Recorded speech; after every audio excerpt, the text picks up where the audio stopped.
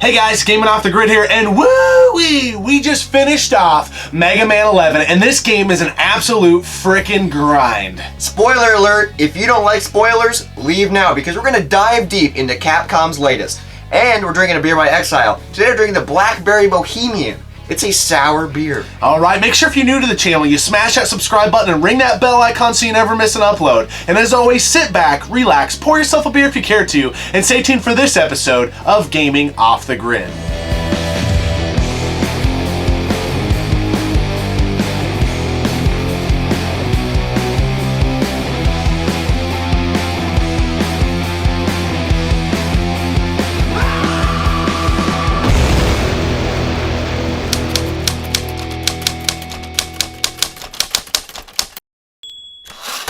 Alright, finally, Mega Man has returned to the home console scene with Mega Man 11. Yes. It has been since 2010 that we saw an official Mega Man game with Mega Man 10. I mean, they did just release the Mega Man X Legacy Collection, and that was kind of recent. It was a cool collection. We did a full review on it, but this is like real, legit Mega Man. Yeah, and I'm glad you say real, legit Mega Man, because there was a little game called Mighty Number 9 that was supposed to be the actual spiritual successor to Mega Man and kind of take the form of Mega Man 11. The game was super hyped. It was a crowd-funded game, and it got a lot of funding, and, you know, I didn't hate the game, but a lot of people think it kind of shit the bed, so it didn't really satisfy people. It fell flat on its face. Yeah, I didn't really get hooked into that, but I did get hooked into this game. I'm going to say it now, this is probably the best Mega Man game. That's a bold statement, but I don't think you're very out of line for thinking that.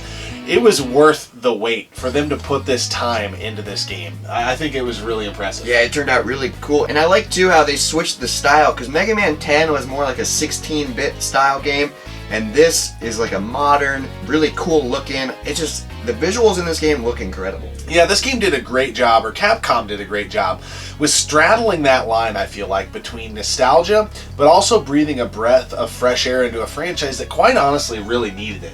And this game is progressive, but it doesn't leave the old fans in the dust either. And I like how it stuck to its roots. Like, this game is so painfully hard, but at the same time, it's equally rewarding. Like, they give you life and they give you energy, but it's so irritating how hard it is. I totally agree. The difficulty of this game could drive people away, I think, if they aren't patient and they aren't used to old school style of games. That's one thing I really am glad they did with this. This game does not hold your hand. It will chew you up, spit you out, and it's going to enjoy doing it. It loves kicking the shit out of you. We got so many game overs, and you run through lives so quickly. It's so frustrating because we got the PS4 edition, and from what I've read, if you get it for Nintendo Switch and you get the amiibos, you can get more lives, which isn't fair.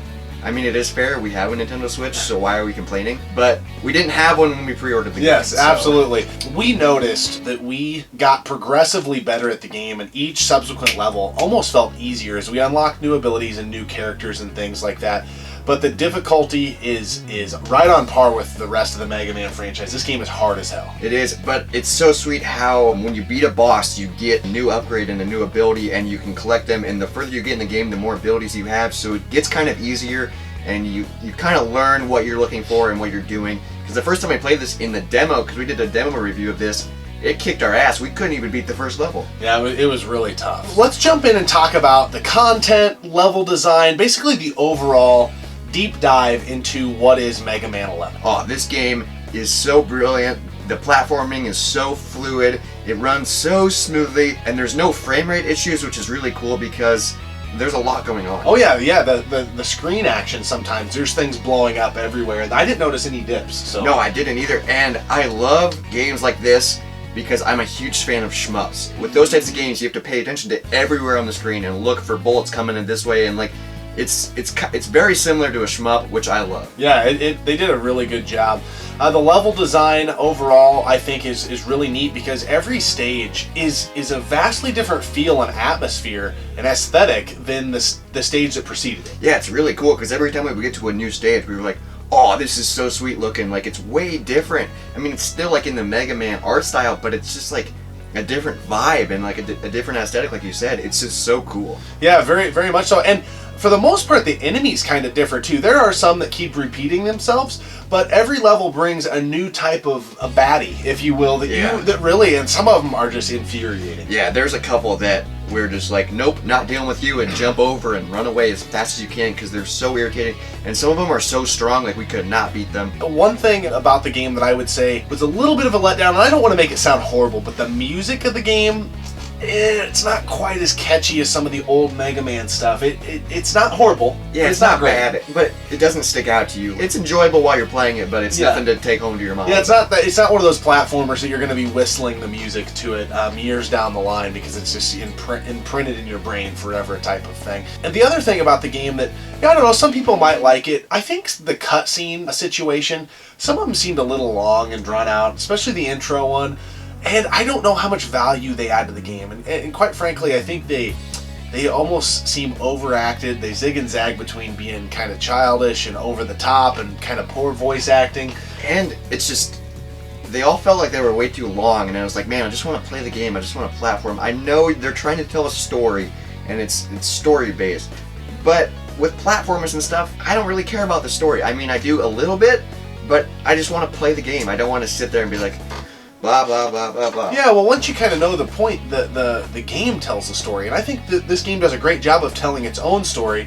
So they might have overdone it a little bit. Now you can button through it, and that's a small gripe. Now, an area of this game where I feel like it really thrives and it adds a ton of differentiation, and it's different every single time, and it's super difficult, but also extremely rewarding, are the bosses and the boss battles that follow. Yes, so the story goes, even though I was just complaining about the story, is there's all these like people that the main guy, Dr. Light, has in his workshop, and then Dr. Wily comes and steals them and turns them into bosses. So you basically have 8 levels of fighting each boss, and it's cool because the aesthetic changes, and when you beat the boss you get their abilities, so Mega Man grows, and it's just so cool because there's Block Man, there's Fuse Man, there's Blast Man, Bounce Man, who's annoying as hell. Okay, yeah. Then there's Torch Man, Acid Man, Tundra Man, and then Impact Man.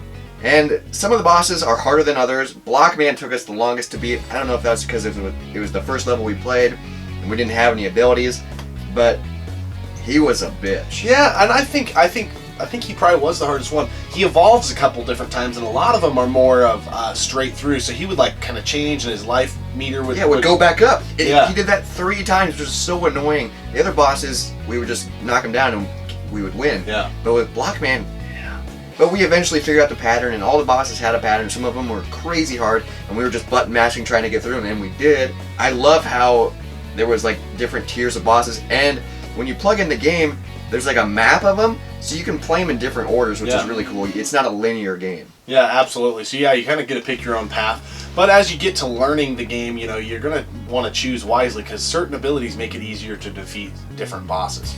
So this game comes in at a price point across all the consoles that it's on at $29.99. That's not bad. No, it's not bad. The value's there, so it's not a full price game. And you know, it shouldn't be. You know, we've been kind of harping on how difficult this game is. I would say most people should be able to beat this game if you're a decent platform player between 4 and 8 hours. We came in right between that 4 and 5 hour mark, I believe. We originally we sat down the day it came out and beat it like halfway. We beat half the bosses, and then we're like, okay, it's late, we gotta work in the morning, let's come back tomorrow and beat the rest of the game. So we came back, there was nothing. There's no autosave in this game. Nope. And we almost broke the game. We were so frustrated. So that's something to know. If you pick this game up, you have to manually save after every boss, because that's what we did, just in case. Yeah, and it kind of tricks you a little bit because every time you hit a checkpoint, there's a little icon that flashes in the corner. And it's a checkpoint flag, but that's like a save icon. That's it's like, what the heck? So it's old school all the way. There's no autosave. You got to do that yourself, but that definitely bit us. So our final playthrough, it might have been helped by the fact that we had already played half of the game, but we were somewhere between 4 and 5 hours. I felt like we were moving along at a steady pace. Yeah, we were grinding through it, and it was really cool. So after we beat all the bosses, it unlocks another portion of the map where you fight Dr. Wily. And that's cool because there's like 4 stages of that, and it gets really hard because one of the stages you have to re-battle all of the bosses again. In succession. Just bam, bam, bam, yeah. And what's cool about this game is there's a shop, and you can save up bolts and like buy extra lives and buy energy refills and like make Mega Man stronger and like upgrades and stuff. But in that level, you can't go to the shop unless you get a game over. So we like ran out of everything, and we were like, oh, we have like 1 life left. If we die, we're screwed. Yeah. And we somehow got through it. Yeah, it was brutal. It's definitely a grind. Very rewarding platformer. You know, it's weird. You actually mentioned when we were prepping for this episode that you wouldn't think that modern gaming, with all the technology that we have, that platform games would be thriving. Yeah. And it's really been a great year, at least for us, for the platformers that we've played. This is the year of the platformers. We've had so many great ones, from Bloodstained to Holy Diver, and now this. And, you know, we've even jumped into some that weren't released this year with Axiom Verge and Shovel Knight. And, you know, they're not as major releases. I wouldn't say they're, like, right out in front of everybody. But if you're a platform gaming fan, it is a really good time for playing platformers. It is, and I love them. Speaking of love, what do you think about this beer? Well, Exile Brewery is right here in our hometown, and they deliver a consistent, great product. We've done other sours before of theirs, and the Blackberry is right up there with one of their best. This is the bee's knees. This is the best sour I've ever had. It's Exile's best sour by far. But the only problem is it's seasonal. Yep. So you don't know when it's going to come out, and we've mentioned that with other Exile sours. But they announced that they were re-releasing this one, and we were like, yes, it's so good. It has that nice, sweet, tart flavor like a sour does, and like a really smooth blackberry taste. It's just so good. Yeah, it's delicious. It's right up there with my favorite. I do love their cherry Bohemian, and I don't know if you've had that. I have not. They haven't released that one in a while, Yeah. and when they do, it's gonna for sure make an episode. Yeah, absolutely. But this is delicious. They make a lot of great beers, but one of their niches is their sours, and this is right up there. This is an A+ beer by all means. Yeah, so. it's so good. So if you're in the Des Moines area, you gotta pick up Exile's Blackberry Bohemian or any of Exile's beer, because they have really good stuff. Yep, they're fantastic. One of our favorite breweries, so they've done it again with another fantastic offering here. So wrapping things up, we got to give this game a review score. We beat this thing front to back. What do you think of the game from a graphical standpoint? So graphics, it's really cool. We talked about that. Every level is different aesthetically wise. I would give it a 4.5 out of 5, which is incredible. I mean, it's not like a crazy like 3D open world game, so it's very simple and it's done right and it looks great. Yeah, I think that's a fair score. It does have that hand-drawn art style, and that might be about as high as you could give a game in this style. It kind of perfected its style, but it definitely isn't a console or hardware pusher by any means as far as pushing what modern technology can offer. But it's as good as it needs to be, so it does look fantastic. What do you think about the sound? Yeah, I mean, it's fine. I don't think there's anything here that is out of the ordinary. In middle of the road, I'd say 3.5, something like that. Yeah, I would agree with that. Mainly, I knock it mostly because there's not anything that really got its hook into my cheek as far as the soundtrack went. Yeah, soundtrack went, and the voice acting, we talked about that earlier. It's just, it's average. I mean, it's an enjoyable sound, but yeah, nothing really stuck. One thing that is important is the controls. I think they're fine. I would give it like a 4. The reason I don't think they're perfect is there's so much going on. They're not the most intuitive. Even towards the end of our playthrough, we were learning things about the controls. Yeah, because there's so much you can do, from switching characters and the abilities to like using all the upgrades, and like all the buttons are different things. And like the right stick is like a quick change character, which we didn't find out till the end.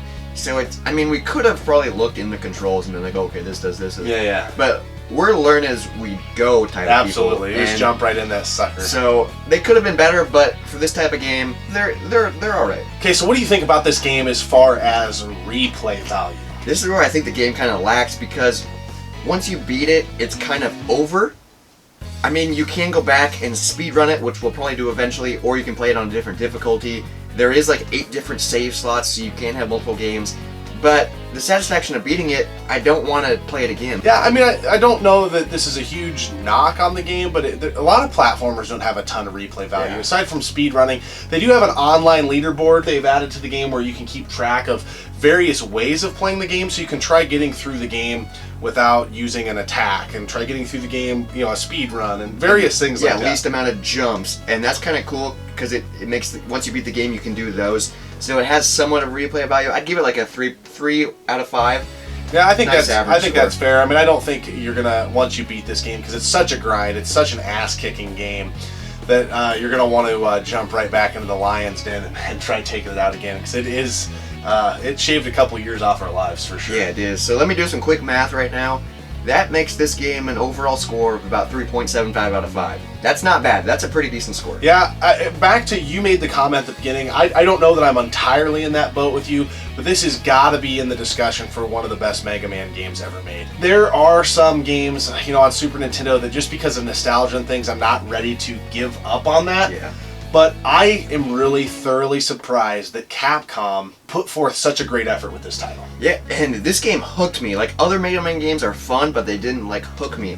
But as soon as we plugged this game in, it hooked me, and I was in love with it. So it's definitely my favorite. Yeah, parting shot here before we wrap things up. Give this game an hour to an hour and a half, because you are going to get the shit kicked out of you. Yes. Time and time and time again. But once you get past that and you learn the controls, it is a very rewarding game to get through. If you're not your typical platform gamer, they did add some different skill levels that you can use. That's not going to help you a ton here because the platforming is still very, very difficult. Yeah, we would fall into the pit so many times and it is very maddening, but if you stick with it, you are going to be rewarded for your efforts, and it's a grinder. So modern day kids, you're not used to games that are going to chew you up and spit you out like this, but stick with it and you will enjoy your time with Mega Man 11. So leave a comment below. What do you guys think of Mega Man 11? And if you're new to the channel, make sure you hit the subscribe button and ring the bell icon so you never miss an upload. And if you like the video, make sure you hit that thumbs up. Keep gaming, keep drinking. We'll see you next time on Gaming Off the Grid. Hey guys, Gaming Off the Grid here, and whoosh. Hey guys, Gaming Off the Grid here, and we just had to bust out the old and this game was an absolute freaking grind. Ding, ding, ding! You hear that? That's the spoiler bell. And if you don't like spoilers, leave now because we're gonna dive deep into the ocean of We just finished off Mega Man 11, and this game is an absolute grind. Okay, Batman.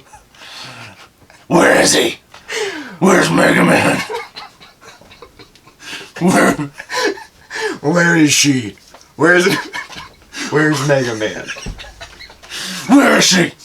Where's Mega Man?